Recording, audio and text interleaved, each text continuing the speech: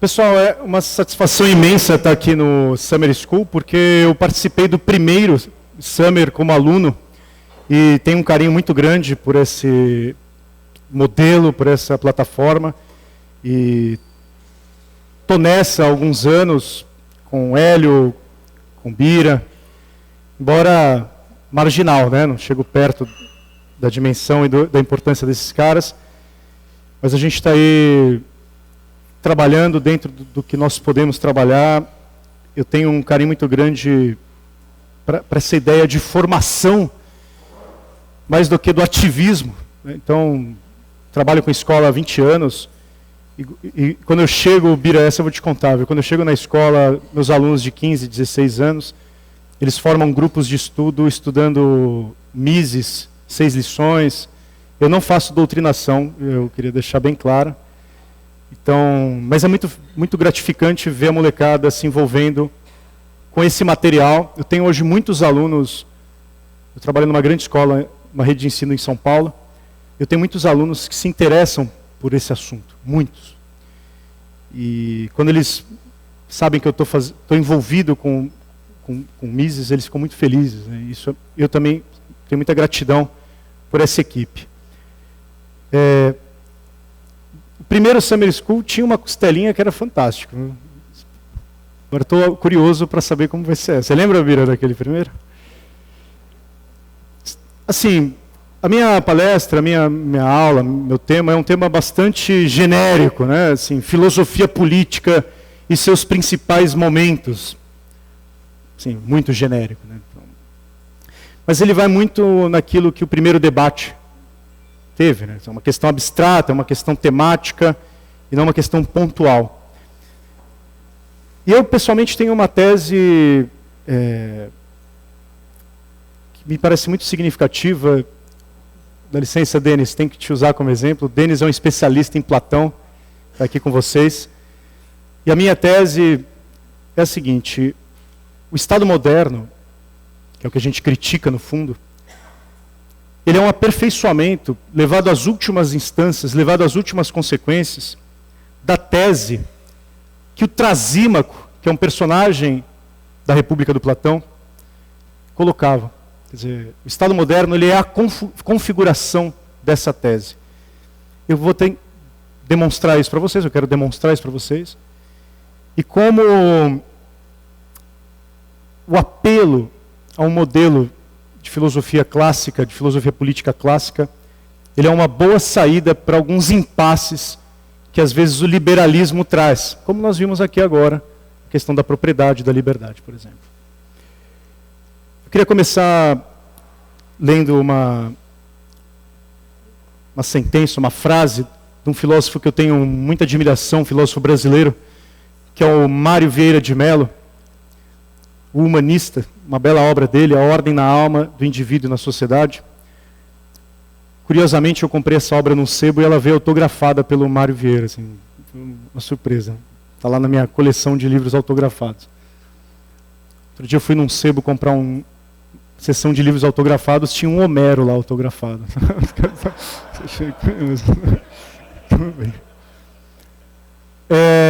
O Mário tem uma visão muito boa da liberdade, ele tenta recuperar uma certa dimensão no âmbito dos clássicos também, quando ele fala dessa ordem na alma do indivíduo e na sociedade. Ele diz lá: a liberdade que está sendo carregada como a bandeira, o símbolo essencial da civilização contemporânea, não é a verdadeira liberdade. Então é uma sentença bem forte aí, né? A liberdade que lhe querem empurrar à força pela goela não é a liberdade que aprenderam a respeitar através dos estudos e da meditação. A democracia que lhe querem impor não é uma democracia de cultura, é uma democracia de poder. Embora é uma frase bastante abstrata, a gente sabe muito bem os regimes que falam em nome da democracia, falam em nome da liberdade, mas no fundo não cultivam essa liberdade na cultura. Mas cultivam essa liberdade como um projeto de poder, uma fachada política, e que se você não partilha dessa noção, você é o fascista, você é o nazista, enfim. Você é tudo aquilo que contraria o que o Estado determina como liberdade. Então é contra isso que a minha palestra tenderá, quer dizer, mostrar como que nós deveremos, ou devemos, e aqui é uma questão de dever mesmo, né, do âmbito do dever ser, pensar no cultivo da liberdade, que é tão cara à nossa escola de pensamento liberal aí, né? Eu coloco o problema da seguinte maneira, né? Quer dizer, a filosofia política tem um problema que para mim foi determinado por Platão no primeiro livro da República. Está lá, o Platão já entendeu qual era o problema da política. É claro que o fazer político, o agir político não foi inventado pelo Platão. A história da política é uma história maior que a história da filosofia política. Mas o pensamento político, ou seja, a reflexão filosófica e depois científica a respeito dos conceitos, da estrutura, do fenômeno político, é algo que começou por Platão. Quer dizer, Platão inaugurou esta forma de pensamento. Depois Aristóteles, e aí nós tivemos a história do pensamento político, que é a nossa história, da qual nós partilhamos, né? Eu coloco aí como desafio de Trasímaco na República. Eu não sei se quem já leu a República aqui lembra do primeiro livro da República. O primeiro livro da República começa com uma conversa sobre os bens da velhice, né? Como que envelhecer é uma coisa legal, tal. Meu sogro que está envelhecendo lá, eu sempre converso com ele sobre isso. É melhor estar velho, não é melhor estar velho. E aí o Sócrates começa a entrar num debate sobre a justiça com o Polemarco, que é um personagem ali da República, em que o Polemarco vai discutir que a justiça é você privilegiar os amigos e tentar excluir os inimigos, algo mais ou menos assim, né? Justiça é fazer o bem para os amigos. E o Sócrates vai debatendo com o Polemarco, vai quebrando essa tese dele, né, aquela habilidade socrática de filosofar, mostrando que essa tese não é uma tese boa, que a justiça não pode ser isso. Só que ele não apresenta uma resposta para a justiça. Né? Aquela famosa aporia socrática surge aí. E um personagem chamado Trasímaco, ele entra totalmente irritado com Sócrates, mostrando que o Sócrates fala e não diz absolutamente nada. E o Trasímaco, ele é meio pistola, assim, meio porreta, ele é meio nervoso. E começa um grande debate entre o Sócrates e o Trasímaco. E esse debate ele é decisivo para desenhar qual é o problema da história da filosofia política. Porque o Trasímaco ele tem uma noção de justiça que é muito simples de pronunciar, ela é muito intuitiva em alguns aspectos. É o seguinte: o que é a justiça se não a imposição do mais forte para o benefício de uma minoria? Quer dizer, o que é a justiça se não a imposição pela força? Essa é a tese do Trasímaco. Justo é aquilo que quem tem o poder determina o que é justo. A justiça e o justo são apenas o resultado da imposição da força de um cidadão mais forte sobre outro. A questão do tirano, né? A questão da tirania, a questão de quem tem os meios físicos, psicológicos, determina o que é justo. Uma cidade não é nada mais do que o domínio de um grupo pequeno de pessoas ou uma pessoa sobre todas as outras. Esta é a definição basilar que o Trasímaco traz e que pode ser aí, né, definida, desenhada nesses três tópicos. Justo é a conveniência do mais forte, justo é a obediência das leis, a justiça é um bem alheio. Quer dizer, quero trazer o texto do Trasímaco para a gente ler, ele falando, né, o texto do Platão, em que o Trasímaco é o personagem dizendo isso. Né? Então o Trasímaco está lá debatendo com Sócrates, ele menciona isso. Né? Temos que lembrar que o Trasímaco é um personagem, hein? Então é um tipo que o Platão está desenhando de um personagem histórico que existiu, mas é uma linguagem platônica, é o Platão determinando isso. Né? Então diz lá o Trasímaco: certamente que cada governo estabelece as leis de acordo com a sua conveniência. A democracia, leis democráticas. A monarquia, monárquicas. E os outros, da mesma maneira. Uma vez promulgadas essas leis, fazem saber que é justo para os governos aquilo que lhes convém e castigam os transgressores. A título de que violaram a lei e cometeram uma injustiça. Aqui tens, falando com Sócrates, né? Meu excelente amigo, aquilo que eu quero dizer, ao afirmar que há um só modelo de justiça em todos os estados. O que convém aos poderes constituídos. Ora, estes é que detêm a força, de onde resulta, para quem pensar corretamente, que a justiça é a mesma em toda parte, a conveniência do mais forte. Essa é a definição do Trasímaco de Justiça. E é com ela que a tradição platônica, a tradição aristotélica, irá se opor, irá criar o seu monumento de filosofia política, tanto Platão quanto Aristóteles. Aristóteles à sua maneira, Platão à sua maneira, mas o resto da República, por exemplo, é uma resposta para este problema. Ou seja, o que é o justo? O justo é aquilo que o poder determina, ou o poder se fundamenta na justiça? O governo é constituído pelo corpo de cidadãos que detém a força. Cada um desses governos promulgam as leis de acordo com a sua conveniência, e a justiça é aquilo que eles promulgam. Essa é o grande teorema da justiça do Trasímaco. E o que eu quero mostrar para vocês é que o Estado moderno representa isso em sua essência. O Estado moderno, ele nasce, ele surge com esta configuração. O Estado que nós estamos reclamando, nós estamos nos opondo, nada mais é do que esta tese aperfeiçoada às suas últimas consequências, dentro de uma estrutura institucional, burocrática, racional, etc, etc, etc. Então, vocês já devem estar imaginando que, para mim, um dos modelos de se opor ao Estado é a filosofia clássica, quer dizer, é a filosofia política clássica. Pelo menos é isso que eu quero anunciar para vocês. Eu vou começar, assim, esse é o preâmbulo, né? Eu quero começar discutindo com vocês essa noção de Estado. Vou falar um pouco da diferença entre ciência e filosofia política, assim, bem abrangente.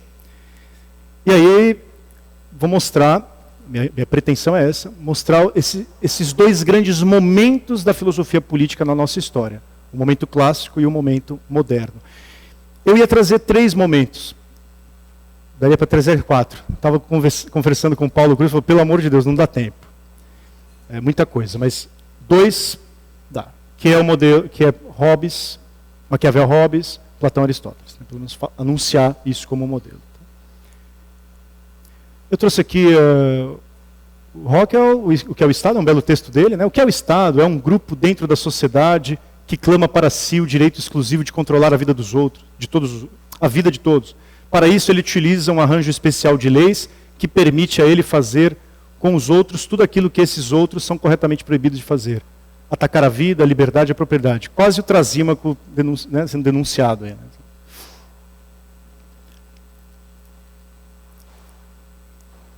Né? Na história da filosofia política ocidental, a gente pode dizer basicamente que a grande dinâmica da história da filosofia política é a conjunção de 2 grandes temas. Um estado de segurança e um estado de liberdade. Se a gente pensar a filosofia política, ela traz como seu estofo, seu pano de fundo problemático, conjugar estas 2 relações. Estar vivendo uma vida segura e estar vivendo uma vida livre. A gente pode ver isso, inclusive, como exemplo. Por que nós nos interessamos, pelo menos essa parte do governo Bolsonaro, é tão importante a figura do Moro e a figura do Guedes, né? Como 2 exemplos de discussão sobre segurança e sobre liberdade. Né? Quer dizer, pegando esse governo como exemplo, esse debate, Moro, combate à criminalidade, Guedes, liberdade econômica, liberdade...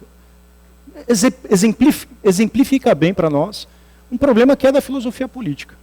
Explícito. Né? Os outros problemas, a questão da educação, questão da direitos Y, X, etc., isso O que nós realmente estamos preocupados sobre filosofia política é a conjugação dessas duas naturezas. O estado de segurança e o estado de liberdade. Qual o ponto de equilíbrio? Como que se equilibra esses dois modos de existência? Viver uma vida segura, viver uma vida livre? Essa é a grande pergunta da filosofia política. Como se equilibra isso? Por que devemos continuar a nos organizar dessa maneira quando poderíamos ter feito de outra? Veja que é importante destacar que a filosofia política, ela está falando, ela fala, sua linguagem, o seu discurso, é um discurso na esfera do dever. Isso é fundamental.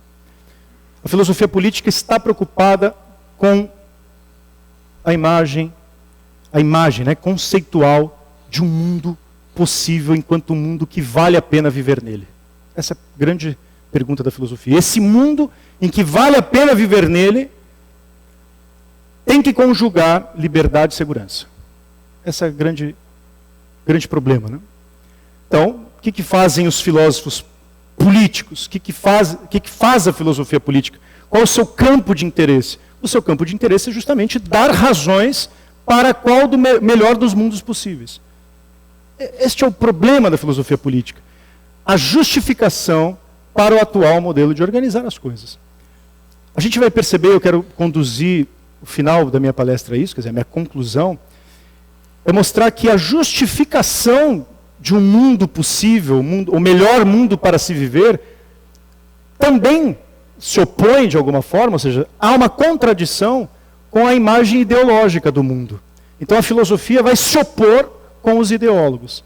Essa para mim é a grande problemática, que eu não darei uma resposta final aqui, mas quero trazer como realmente o problema para animar assim, as nossas discussões. Então, gosto de começar pensando na diferença. Aliás, o Jean Turco, que é o Adriano Jean Turco, que é um amigo do Summer School, do Mises, ele tem um belo livro sobre ciência política. Quando ele me mandou, ele me fez um alerta. Olha, talvez não seja a sua área, é que é ciência política, isso é de filosofia política. A gente conversa bastante. De fato, os meus interesses são sempre mais voltados à filosofia política. Por quê? O que eu me interesso? Bom, ciência política, a gente tem que tomar muito cuidado com isso, em termos de como pensar o fenômeno político. A ciência política está preocupada em saber dos fatos, descrever as coisas tais como elas são, pincelar o fenômeno político, pegar o bisturi e falar, isto aqui é o fenômeno político. O que ele é, como ele funciona, qual a sua estrutura. Assim, independente se ele é bom ou não, independente se ele é o melhor ou é o pior. Os cientistas políticos são como, talvez aí, se bem que o livro do Rothbard, Anatomia do Estado, não é bem um livro de ciência política, mas de filosofia política, mas o que faz um cientista político? Ele pega a anatomia do poder. Ele vai pegar as entranhas do poder e vai ver como são as entranhas do poder. Né? Tem esse caráter mais de olhar os fatos, ser puramente descritivo. Os filósofos não. Os filósofos, filosofia política, é uma ciência neste sentido de ciência ampla, defendida pelo Aristóteles, da episteme, né, do agir político, que quer dizer para nós qual é a melhor maneira de viver em sociedade. Eu escrevi um livro chamado A Imaginação Totalitária. A minha preocupação era justamente essa. Qual é a pior forma de política? Eu não quis responder qual é a melhor, quis responder qual é a pior. Qual é o pior desenho mental que eu poderia ter da imagem do mundo político? Mas os filósofos estão preocupados com isso. Construir uma forma, vocês estavam aí discutindo agora há pouco, qual é a melhor maneira de pensar os princípios fundamentais que regem a nossa vida social? Liberdade, propriedade, a igualdade. É isso que os filósofos políticos fazem. Debatem. Obviamente, que debatem, como vocês debateram agora há pouco, até as últimas consequências. Então, a filosofia política nada mais é do que levar estes argumentos que nós estávamos aqui julgando, inclusive, até as suas últimas consequências. À luz do quê? Da razão. À luz da razão pública, que ultrapassa a esfera da vontade, da determinação, daquilo que se estabelece pela força. Os filósofos fazem isso, quer dizer, os filósofos nada mais são do que debatedores de um assunto e vão levando, quer dizer. E aí, vamos pegar isso, vocês ficaram debatendo ali no café, né? Vamos pegar até as últimas consequências. Vida, o que é vida? O que é liberdade? E aí, gosto de uma definição, uma provisória definição do Lévi-Strauss, um grande filósofo político, talvez um dos mais importantes do século XX, que ele vai dizer o seguinte: por ser filosofia política um ramo da filosofia, nem mesmo a explicação mais provisória do que é filosofia política pode dispensar de esclarecer, ao mesmo, de modo igualmente provisório, o que é filosofia. Percebe por que eu trouxe essa frase? Porque toda a filosofia política, de alguma forma, está ambientalizada numa noção de filosofia. Quer dizer, não existe filosofia política solta dos aspectos de uma filosofia. Qual é a sua filosofia? E por que a nossa filosofia não é, e aqui chega até a ser, às vezes, ruim isso, né? Quer dizer, uma ofensa, não é uma ideologia. O que nós defendemos aqui no Summer School, que vocês defendem enquanto liberais, é ou não uma ideologia? Como sair disso? Como sair desse impasse? Há uma filosofia de fundo? Qual é esta filosofia de fundo? Então, teríamos que perguntar isso, né? Qual filosofia nós temos?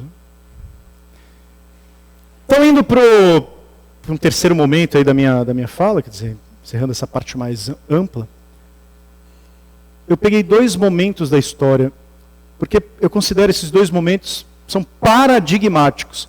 Há um terceiro e um quarto momento que também são muito importantes, é isso que a gente discutia, Paulo, que é se eu trouxesse ou não o Kant e o Hegel. Então, assim, se nós tivéssemos que fazer um bom curso de filosofia política, teríamos que olhar a filosofia política influenciada pelo pensamento kantiano e depois pelo pensamento hegeliano. Não existe o entendimento do marxismo sem o entendimento dessas figuras, Kant, Hegel, dessa tradição, Kant, Hegel e sucessivamente. Então, os três grandes momentos da filosofia política são o paradigma clássico, podemos adicionar Tomás de Aquino, paradigma moderno, que começa com Maquiavel, Thomas Hobbes, e depois uma tentativa aí que vai desembocar no romantismo, que é o Kant e o Hegel. Mas não dá tempo de fazer isso aqui, vamos ficar só com o clássico e o moderno. Por quê? Estou trazendo esses dois momentos. Primeiro, por uma questão, assim, eu pessoalmente tenho uma tendência muito grande a olhar os clássicos com um certo carinho. Eu acho que vale muito a pena quem defende hoje o liberalismo ou algo do tipo, retomar o Aristóteles. Platão, Aristóteles. Tem que, percebe, o nosso interlocutor não é Marx, não é o socialismo. Nosso interlocutor é Aristóteles e Platão. Porque se o socialismo não deu certo em nenhum lugar do mundo, o aristotelismo deu. Então, assim, o platonismo é uma boa orientação filosófica. Principalmente como paradigma, ou seja, principalmente como modelo. Ele pode, né, eu posso não ter uma cidade, já tentaram criar cidades Platonópolis, né? Havia projetos dessa natureza. Tudo bem, talvez ela nunca tenha acontecido. Mas é um equívoco monumental achar que o Platão desenhou uma utopia do tipo socialista soviética. Né? É um erro terrível. Que é um preconceito que muitos liberais trouxeram de uma leitura equivocada do Karl Popper sobre o Platão. Eu não vou entrar nesse detalhe agora. Né? Vou trazer alguns pontos que para mim são muito caros e a gente tem que pensar neles, pensar com carinho nesses pontos. Mas de verdade, assim, em termos de orientação mental, né, de mindset. O mindset, quer dizer, o algoritmo do pensamento clássico, ele é muito diferente do moderno. A gente está falando de algoritmos diferentes. A gente está falando, você usa Android ou você usa Apple? Sabe? Desculpa, você usa Android ou iOS? Mesma coisa, modelos diferentes. Hoje eu vi um amigo reclamando no Twitter que, poxa, comecei a usar o Android, nossa, muito melhor, mais aberto. Mesma coisa, assim, você pensa a realidade sob o paradigma clássico ou você pensa a realidade sob o paradigma moderno? A maneira como nós olhamos nossa realidade, interpretamos a nossa realidade, tem muito a ver com esses paradigmas, com esses modelos, com esses algoritmos, vamos chamar assim. O modelo clássico, ele parte de uma premissa absolutamente fundamental. Não há como entender o pensamento clássico se nós não entendermos isso. O homem é, por natureza, um animal político. E isso não significa que o homem deseja o poder pelo poder. Isso é um equívoco monumental. Nós não podemos ler animal político aqui como um animal maquiavélico, por exemplo. Nós temos que ler esse zoon politikon aqui no sentido de que é da nossa natureza, a vida em comunidade política. Nós passamos por família, nós passamos por tribo, nós formamos comunidades políticas. É intrínseco a nós. É um direcionamento, a intencionalidade da nossa condição natural. Sermos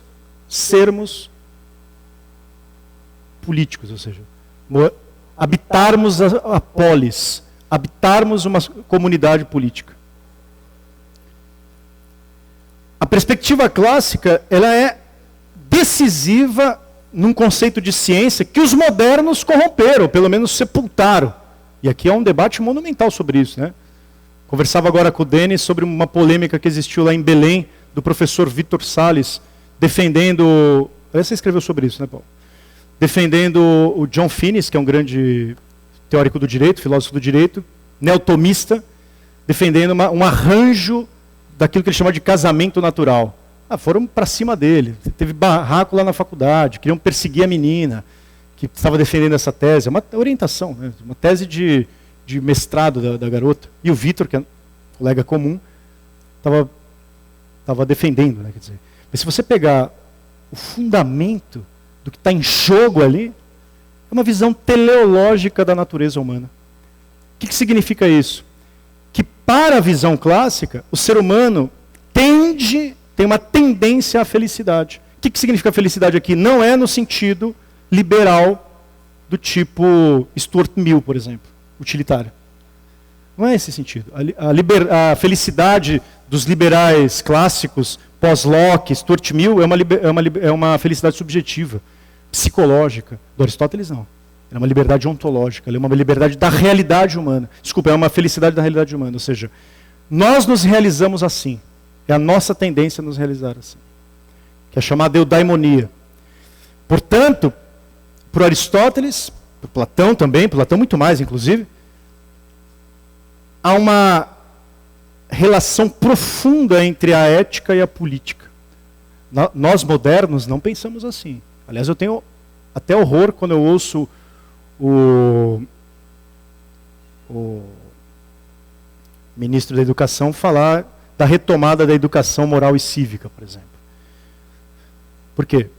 Eu não posso retomar a educação moral, na minha opinião, no meu entender, eu não posso retomar a educação moral e cívica amparado justamente no modelo moderno de Estado.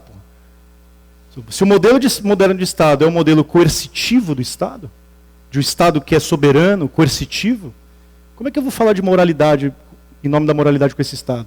Aqui não. Aqui na visão, no mindset clássico, ética e política fazem parte de um mesmo livro, são capítulos distintos. O mesmo teatro tem atos distintos. O ato ético é uma condição para o ato político. Não tem saída. São esferas que se complementam. E quem cuida disso é uma ciência, chamada de ciência da praxis. E ciência aqui não significa ciência no sentido moderno, que olha os fatos. Mas olha justamente esta dinâmica para os valores, para as normas. Como viver. Como viver bem? Essa é a pergunta, né?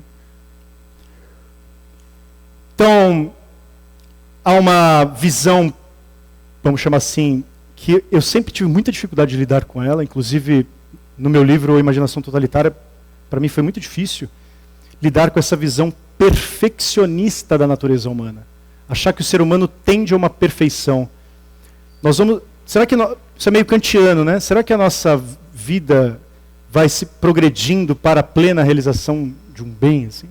Nós viveremos numa sociedade civilizada, plena.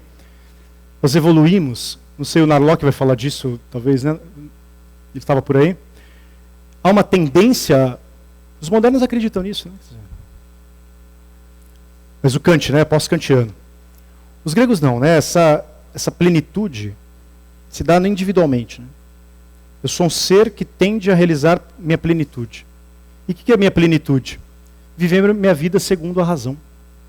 Viver minha vida segundo a racionalidade. Então, um equilíbrio entre razão e paixão. Os clássicos, a vitória da razão sobre as paixões. Isso é fundamental.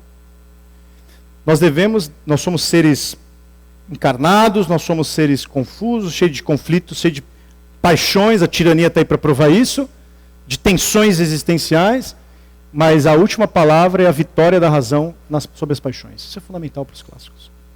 Vocês vão ver que o Hobbes pensa totalmente diferente. Hobbes subverte tudo isso de um jeito que é assustador. E é assim que nasce o Estado moderno, né?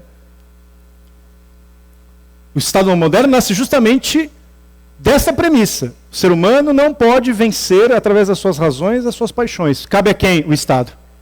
Colocar os limites. Então, a razão, né, a inteligência prática, a prudência, no sentido aí que os conservadores... Cadê o Alex Catarino? Não veio, né? No sentido da ética, de uma política da prudência. Então, aí, nesse sentido, beleza, quer dizer, ser prudente, governar a si mesmo, né, ser o regente da própria existência, inibir excessos, né, a grande ética do Aristóteles, né? A sociedade política é uma sociedade... Aqui que está uma confusão que eu já vi muitos liberais que criticam os clássicos caírem, né? A polis grega não é o Estado. Não é o Estado. A polis grega é uma sociedade política, uma comunidade. Ela é autossuficiente, aqui que começam os problemas. É um grande condomínio, né? Quer dizer, a polis grega é um grande condomínio. Então, resumindo, né? Quer dizer, toda essa concepção. A sociedade política, ou a polis, as civitas, como pensam os latinos, é a sociedade mais ampla e abrangente. Não é o Estado. Não é o Estado. Falar disso vai ficar rouco. Não é o Estado. A sociedade política é a sociedade plenamente autônoma, exigida pela natureza e realizada pela razão, de todos os que perseguem no respeito à justiça e com o vínculo da amizade. Nós aqui formamos uma comunidade política.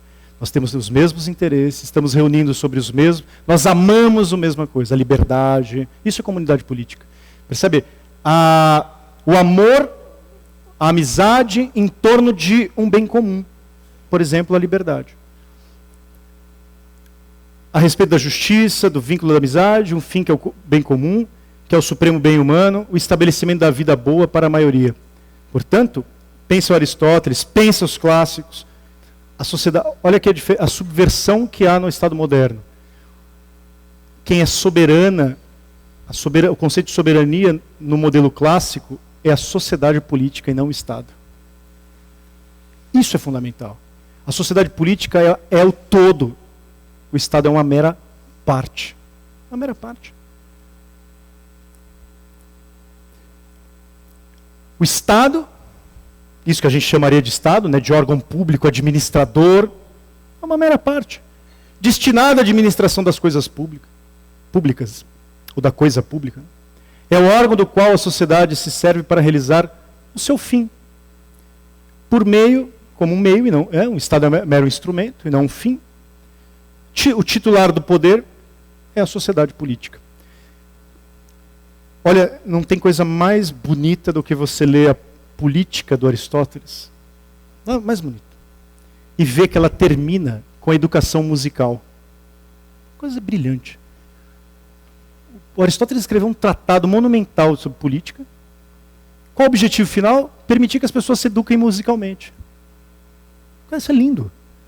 Você não está criando militantes para assumir o Estado. Não, tudo que você não quer é ir para o Estado. Tudo que você não quer é ir para o Estado. O que você quer? Ficar na sua casa com seus amigos ouvindo música. Essa é a finalidade da sociedade política. Você quer estar aqui, ó, curtindo o final de semana com os amigos, jogando. E o poder? O poder é a pior coisa que poderia acontecer com a gente, né? Ser seduzido por isso. Paulo que o diga, né, Paulo? Então, assim, um esquema, mero resumo, claro, desse modelo, né? Quer dizer, o homem, ele é um homem integrado à cidade, né? O ser humano. O Biratã, sabe que eu descobri uma coisa por sua culpa, né? A economia personalista.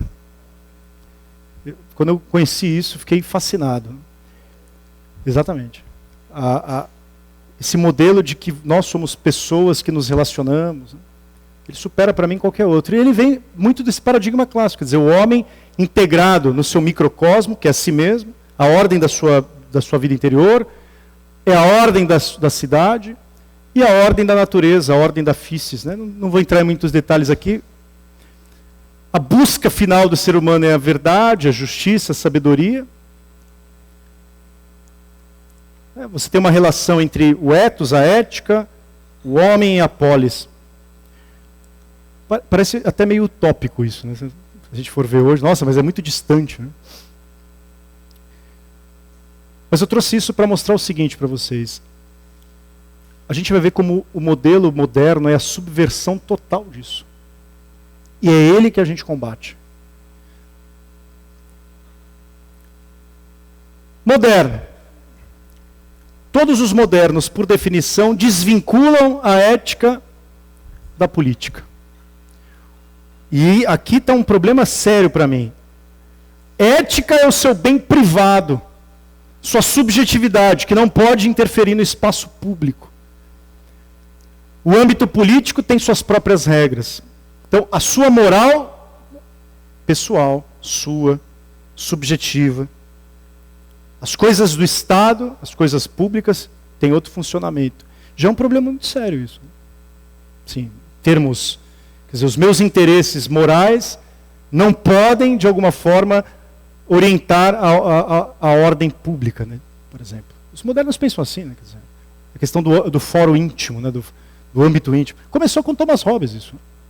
Começou com Thomas Hobbes, que tentou fazer justamente uma ciência aos moldos extremamente geométricos, racionalizantes, colocando tudo que é subjetividade, valores, para dentro de casa. Né?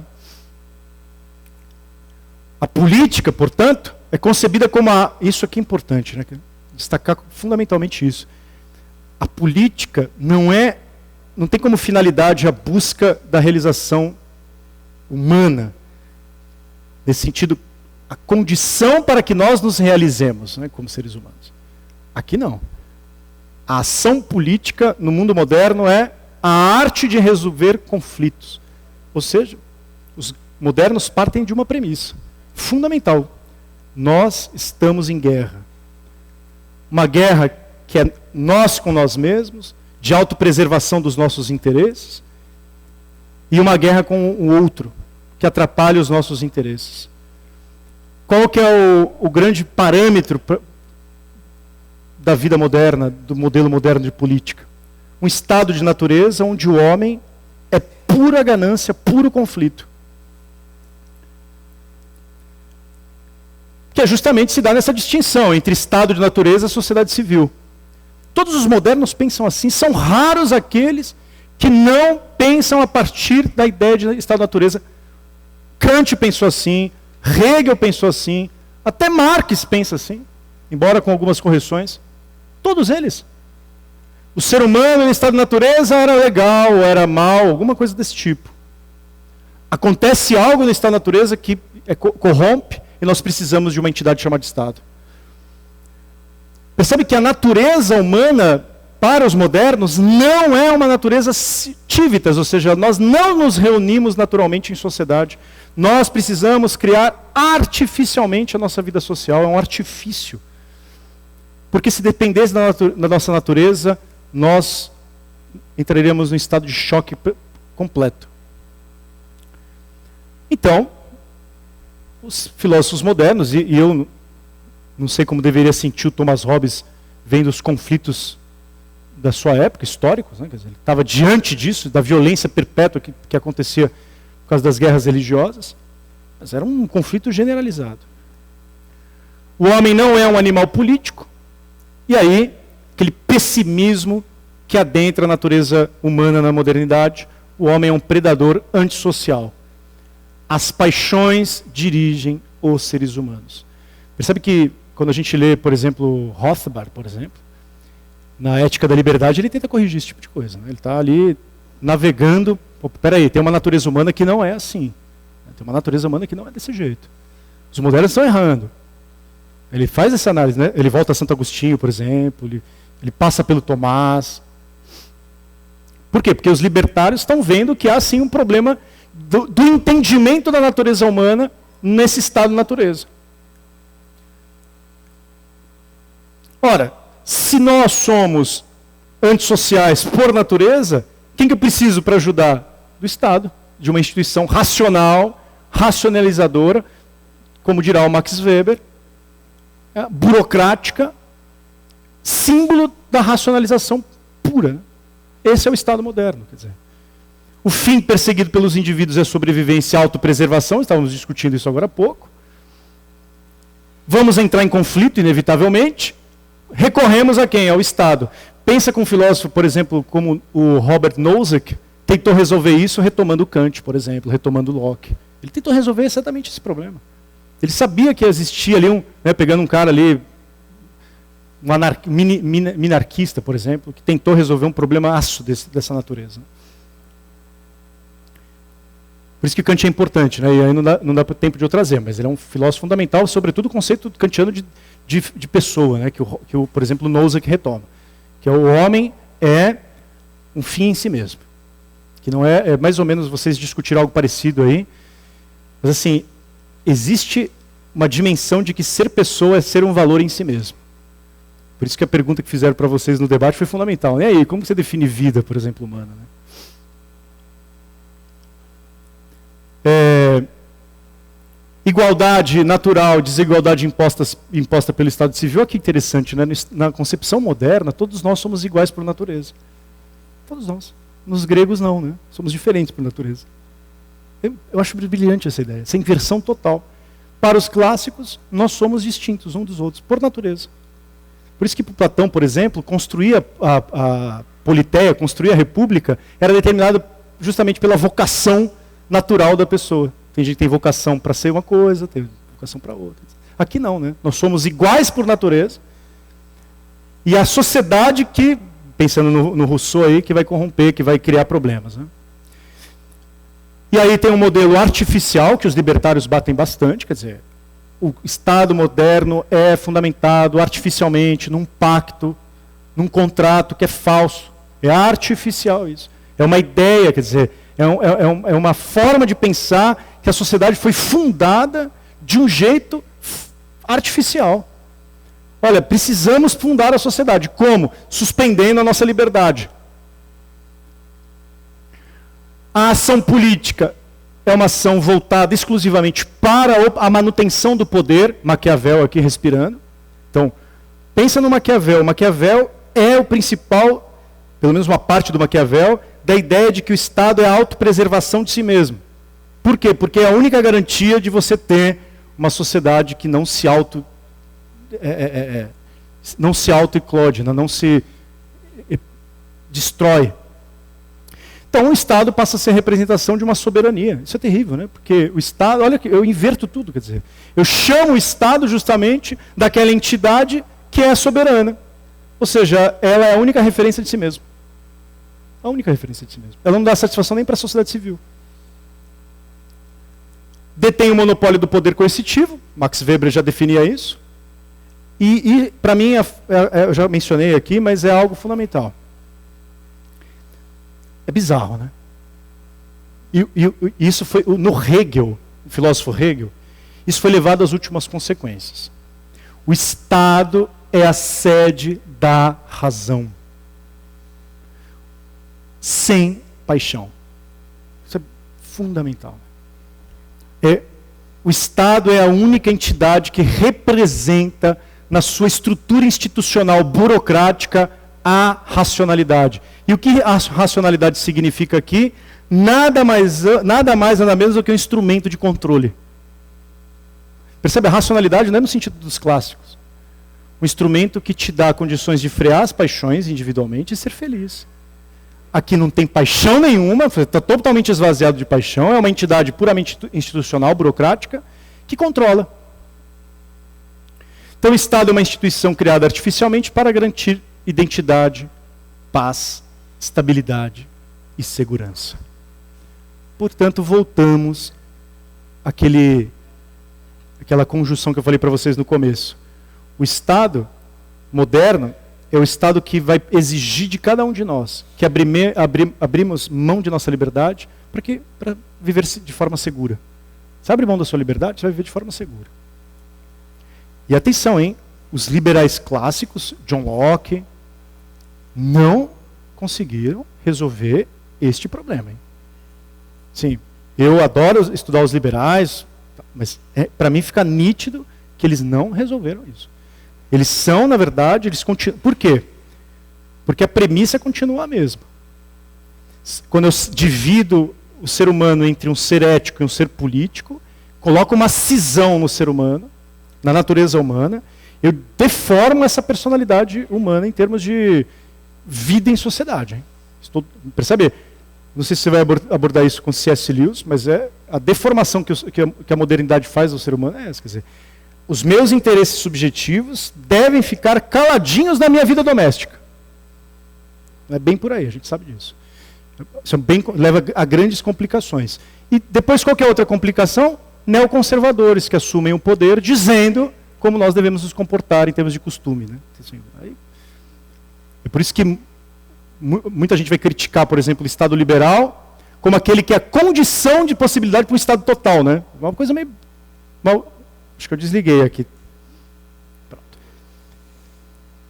Quem vai fazer isso de forma brilhante, e aí eu acho que nós, aqui falando exatamente como turma, né, assim, que está estudando, pensando essas coisas, quem hoje a esquerda mais acha atraente em termos de intelectual?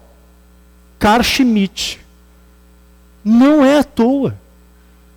Eu não coloquei aqui o Carl Schmitt, mas tem que estudar o Carl Schmitt. Hoje a esquerda olha o Carl Schmitt e vai mostrar que o Carl Schmitt entendeu a lógica do Estado moderno.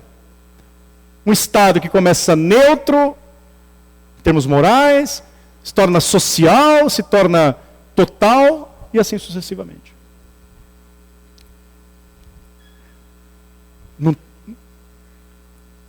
Até porque a esquerda toma o Carl Schmitt, só para continuar esse assunto, porque a crítica que o Carl Schmitt ao liberalismo é uma crítica realmente interessante. Então, assim, vale a pena olhar como... Não é ficar olhando mais Marx, menos Marx e mais Mises. A gente tem que começar a olhar para o Carl Schmitt também, porque é ele, hoje em dia, que a esquerda tem lido. Então, o paradigma moderno, ele... Resumido assim, né? Quer dizer, você tem uma cisão completa do Estado-natureza, sociedade civil. São duas entidades distintas, né? Essa dualidade que é intrínseca a nós. O Estado-natureza é o estado das paixões, da inveja, da corrupção, do medo, da autopreservação, dos interesses. E atenção, no Hobbes, interessante o Hobbes, que isso nunca acaba, né? Não adianta você pôr o Estado lá e está tudo bem. Continua, né? Tira o Estado, para o Hobbes a coisa volta, né?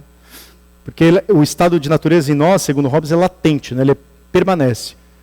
Quem muda um pouco disso é o Rousseau, mas assim, está aqui, o estado da natureza, segundo Hobbes, está aqui, ó, acontecendo agora. E aí eu preciso dessa instituição, formada por um pacto social, que faz o quê? Coloca todos os indivíduos como súditos. Todos eles como súditos. E aí você garante, abrindo mão da sua liberdade, a paz na sociedade civil.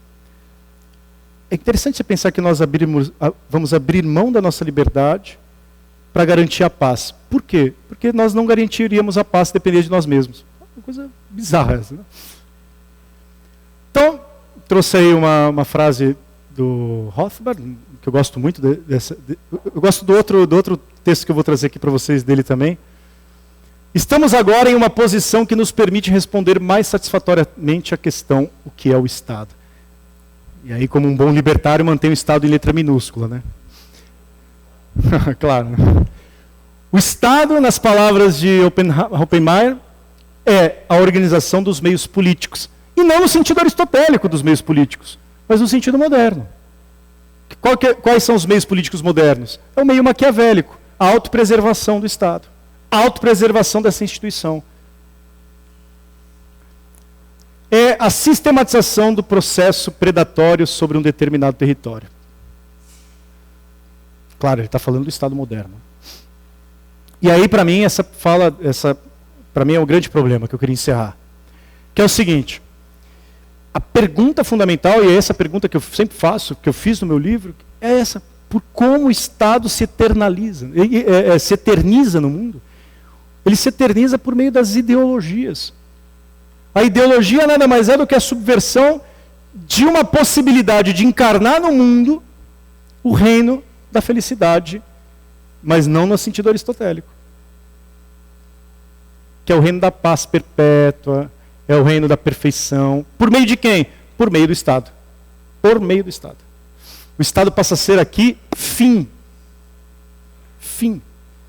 Quer dizer, ele não é nem um meio, né? Quer dizer, ele é a realização da plenitude da vida humana. Uma vez estabelecido o Estado, o problema do grupo ou da casta dominante passa a ser o de como manter o seu domínio. Não é esse o problema que nós vimos no Brasil nos últimos anos? Não é esse o problema que se anuncia no Brasil, se a gente não ficar esperto? Não fazendo críticas ao governo Bolsonaro, mas não é esse? Não há uma ala, efetivamente, que pensa o projeto de poder? Só existe um projeto de poder possível, aquele que limita o Estado, sempre. Não tem outro projeto de poder. Embora o seu modus operandi seja o da força, o problema básico, e aí para mim isso é fundamental, eu encerro aqui, né? O problema básico e de longo prazo é ideológico. Ideológico. Pois, para continuar no poder, qualquer governo, este, aquele ou qualquer outro, não só democrático, tem de ter apoio da maioria dos seus súditos. Criando o quê? Aquilo que aquele escritor polonês, esqueci o nome dele, tem um nome difícil, chamou de mente cativa. Né? Nós precisamos aprisionar o coração, a mente, e criar um monte de gente voluntariamente servil para servir o Estado. É isso que eu gostaria de falar. Muito obrigado, gente.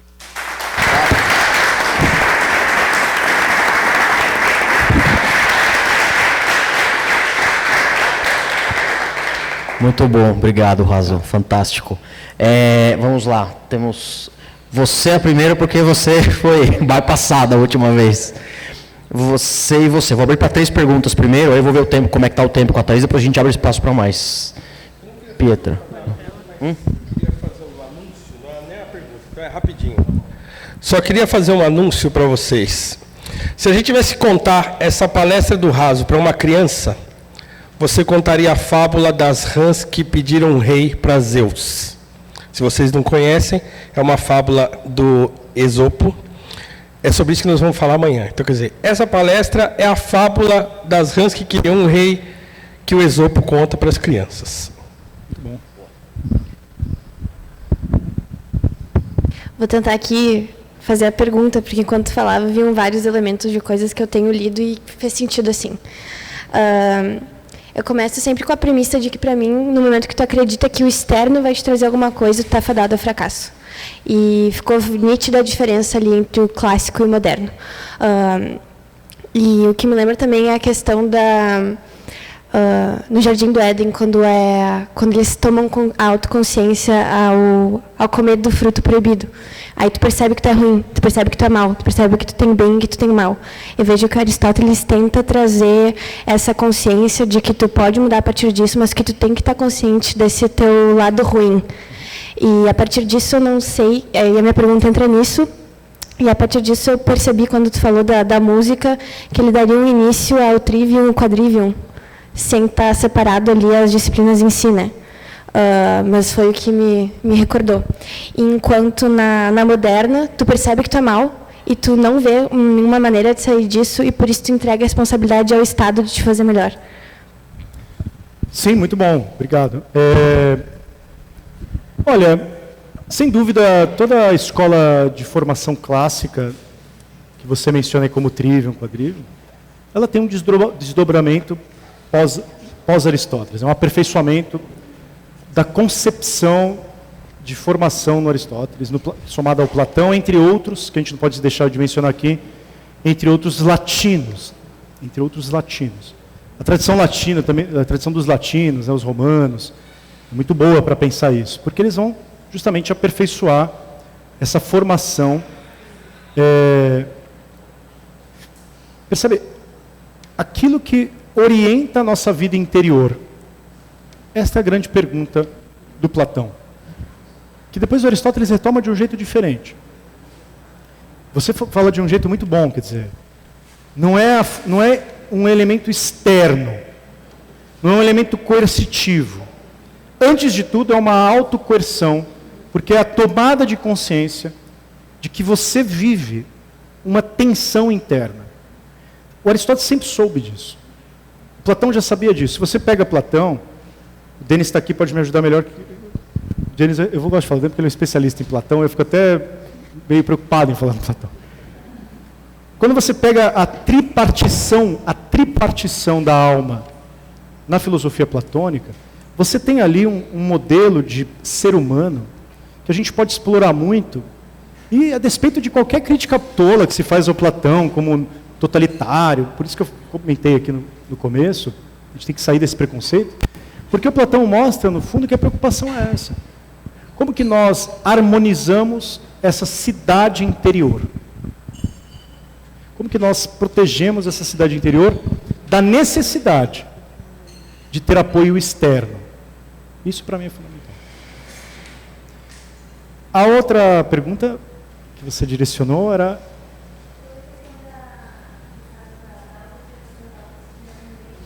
Sim. Isso. Aí, exatamente. Aí sim, aí a liberdade... Não sei se você conhece o Berlin, fala dos dois conceitos de liberdade. Depois eu te passo. Dá uma olhada nele, porque o Berlin vai fazer assim, ó, a liberdade política que nós vivemos hoje é a liberdade negativa.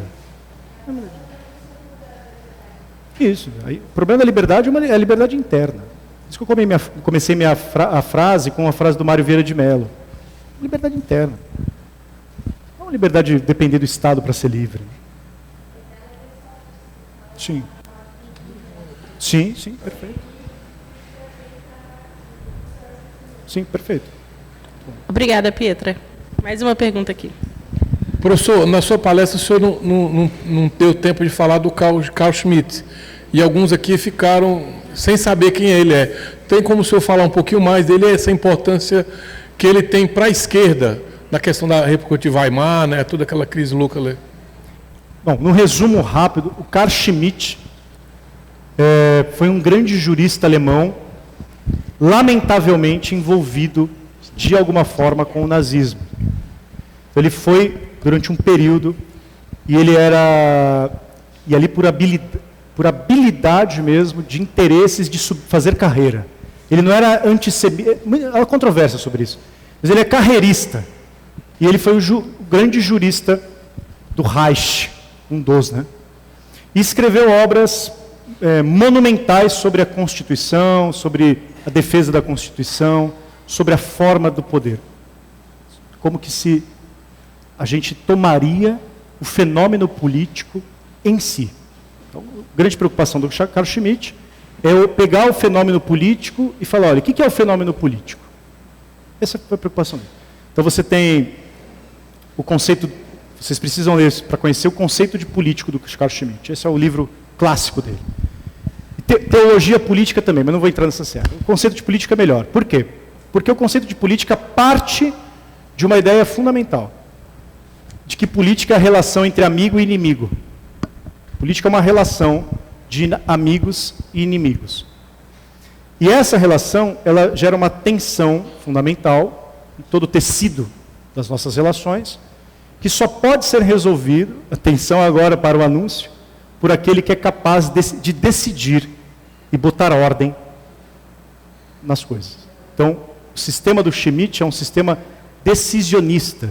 Soberano é quem é capaz de tomar decisões. Esse é o soberano. Hoje a esquerda usa muito ele justamente pelo conceito de estado de exceção. Quem é o soberano? Aquele que pode declarar o estado de exceção. Então a esquerda usa muito ele, porque se vocês lembrarem, o Marx também parte de uma tese que é do conflito de classes. Então, a relação entre os seres humanos ela é dada pelo esgarçamento do tecido entre luta de classes. Só que o Carl Schmitt ele é muito mais, na minha opinião, consequente nisso, porque ele não fica discutindo o problema das classes. Não fica, vamos discutir classe, não. Vamos discutir o seguinte, política é isso, eu sou capaz de impor a força e determinar para você a ordem e segurança. É isso que eu sou soberano por quê? Porque eu decido. É isso, sim, basicamente. Oi, professor. Então, em algum momento da história da filosofia, o senhor menciona um pressuposto muito importante, que é de não olhar o fenômeno, que me lembra, remete muito ao positivismo. Então, a contraposição disso seria a metodologia justamente do von Mises e do Hayek, né? Então, se nós temos toda essa bagagem de conhecimento tão forte do Aristóteles, eu fico me perguntando por que a metodologia dele foi tão deixada, assim, além daquele fato do problema da academia, mas poderia ser um embasamento para a escola de Chicago. E, por acaso, eles não utilizaram como embasamento de pensamento, mas sim foram aos modelos econométricos. Então, eu me pergunto se é para ter mais aceitação do liberalismo ou porque a escola de Chicago realmente acredita nesse modelo metodológico. Obrigada. Sua pergunta é muito difícil, então eu não vou saber responder. Até porque envolve escolas que eu não tenho domínio. Por exemplo, a escola de Chicago não é uma coisa que eu conheço muito. O que eu posso te dizer, basicamente, é o seguinte. E aí eu acho que ajuda a pensar mais no amplo aspecto. O século XX, começo dele, até o meio do século XX, foi uma discussão ampla sobre a metodologia das ciências humanas. Né? Quer dizer, você começa lá no século XIX, com alguns autores... William Gilson, por exemplo, tentando formar uma ciência do espírito. E aí isso entra no século XX, que é justamente, você mencionou aí, você tem um grande problema do positivismo, que faz o quê? Ele separa fato e valor. Essa é a grande chará. Né? Então, assim, você precisa ver a praxeologia, por exemplo, o próprio Hayek, o debate que ele vem estou pensando nele como filósofo do direito aqui, né? Muito mais do que economia. Né? Toda essa discussão metodológica é uma discussão para superar essa cisão entre fato e valor. A fenomenologia foi, o pragmatismo foi. Então, assim, eu não vou saber te falar com precisão dessas escolas específicas, porque não é minha área, minha área de filosofia, né? Assim, especificamente. O que eu posso te dizer, então, olha, fique atenta, porque se você olha o debate do século XX, da consolidação de algumas metodologias, sobretudo, né, seja na economia, seja no direito, é para superar justamente o positivismo. Essa, para mim, é a grande chave. Por exemplo, eu pessoalmente, né, a minha formação acadêmica, né, estudei um filósofo chamado William James, pragmatismo americano. Era uma tentativa de superar também. Ele percebe o esgotamento do positivismo nas psicologias. A psicologia não dá conta. Como que se faz, então, uma nova metodologia, chama de pragmatismo? Percebe? Esse é o fundo do debate. O Husserl, que é um grande filósofo da fenomenologia, também se preocupou com isso, a questão do psicologismo, como que ela se constrói, que é o problema da relação fato e valor, como que se dá essa consolidação. No fundo, a gente tem que tomar cuidado, assim, que eu sempre vejo, né? Fazer uma boa história destas metodologias no século XX dá para a gente uma boa bagagem, assim, cada um nos seus interesses, obviamente, mas tem que pensar, assim, a gente tem, final do século XIX, não podemos esquecer, é um esgotamento daquilo que as luzes, o iluminismo prometeu.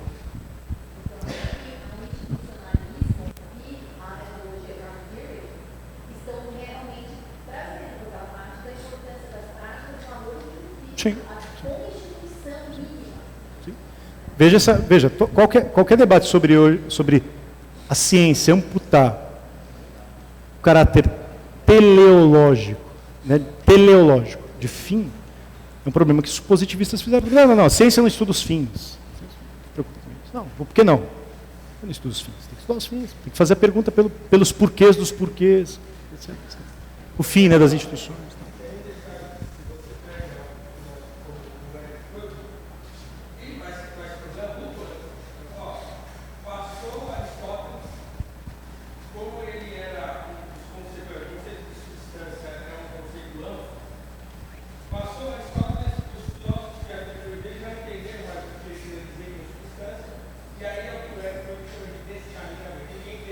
Que é o problema do positivismo. E aí o positivismo aparece.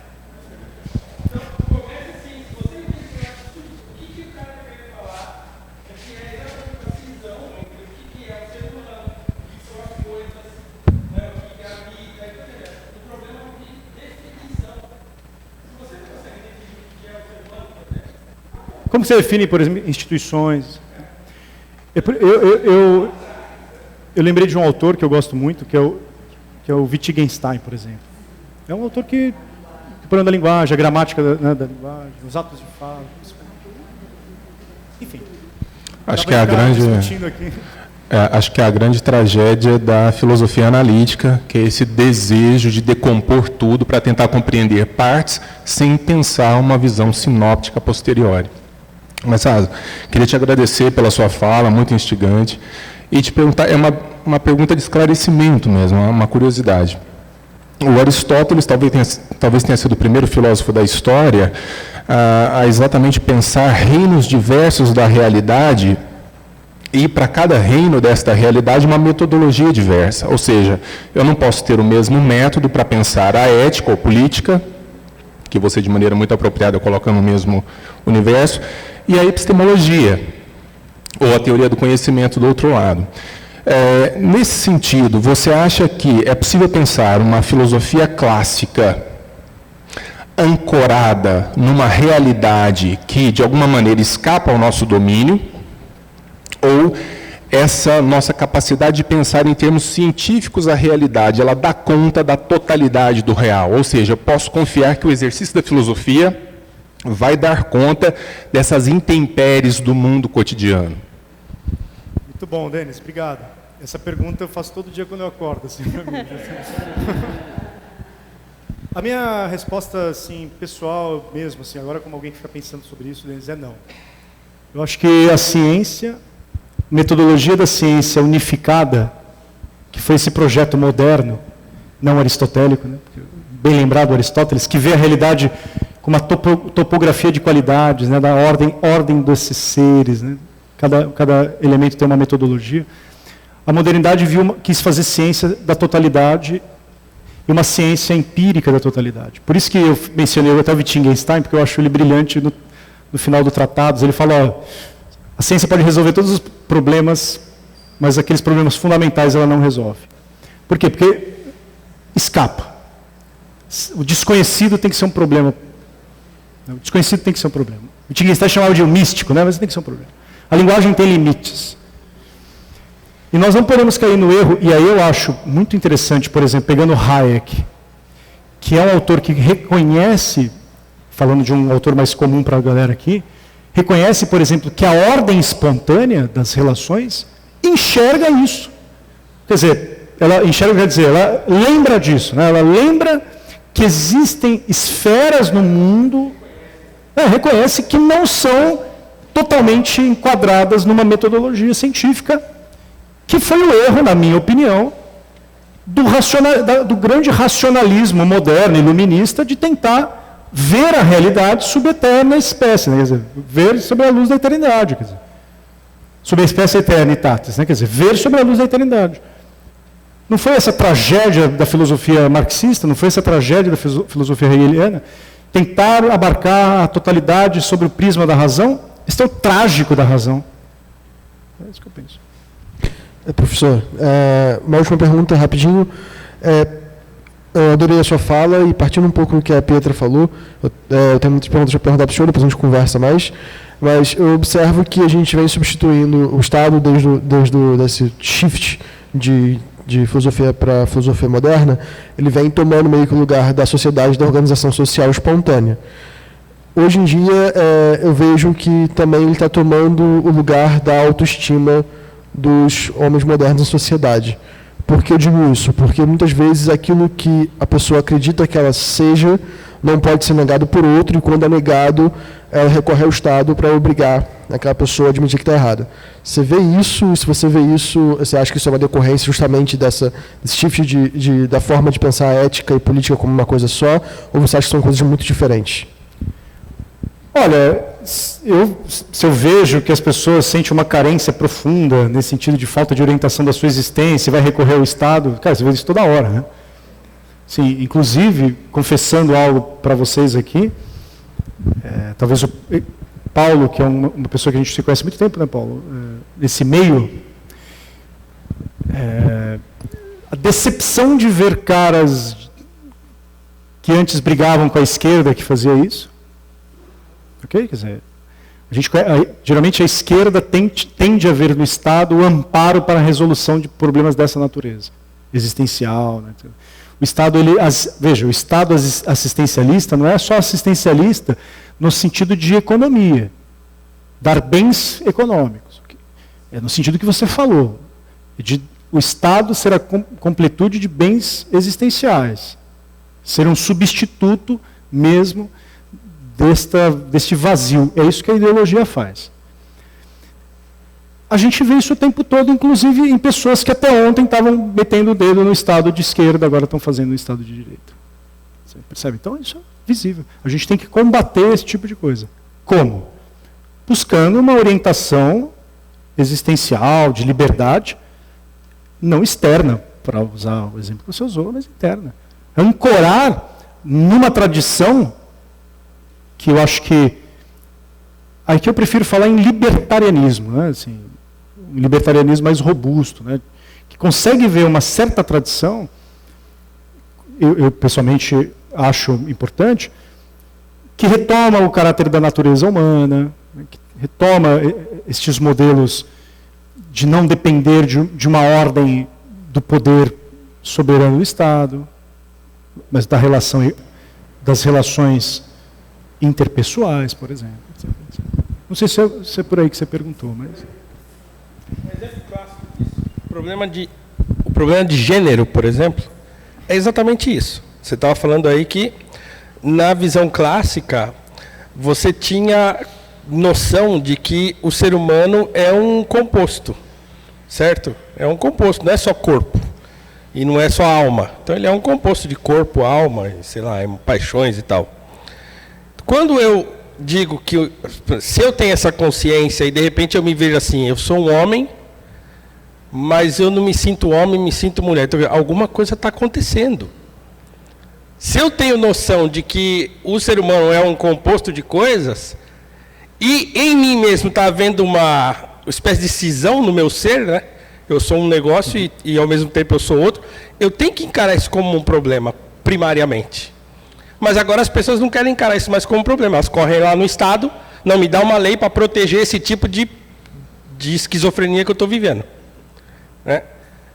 E que é um problema, por exemplo, se é um problema, nesse sentido de cisão, de dúvidas, não é um problema que pode ser resolvido por uma instituição soberana, né? que detém o monopólio coercitivo, etc. Procura um amigo, a igreja, o clube, o time de futebol.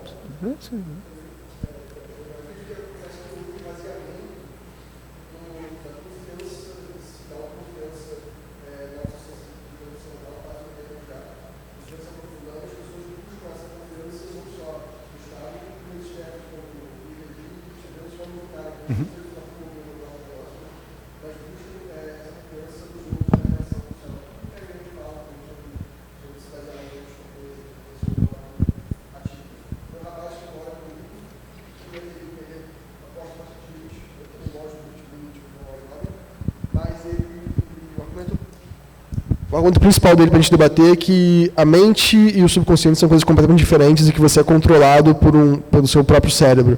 E o meu argumento contra ele é o seguinte: foda-se. Você continua sendo uma unidade e não importa que a sua racionalidade seja de certa forma limitada para controlar seus impulsos, que se torna você menos racional ou menos indivíduo. E o debate vai nesse. É disso aí que eu lembrei para fazer a pergunta. Então, obrigado pela resposta dos dois. Eu também diria a mesma coisa pro seu amigo, foda-se, cara. Muito obrigada. Tá errado.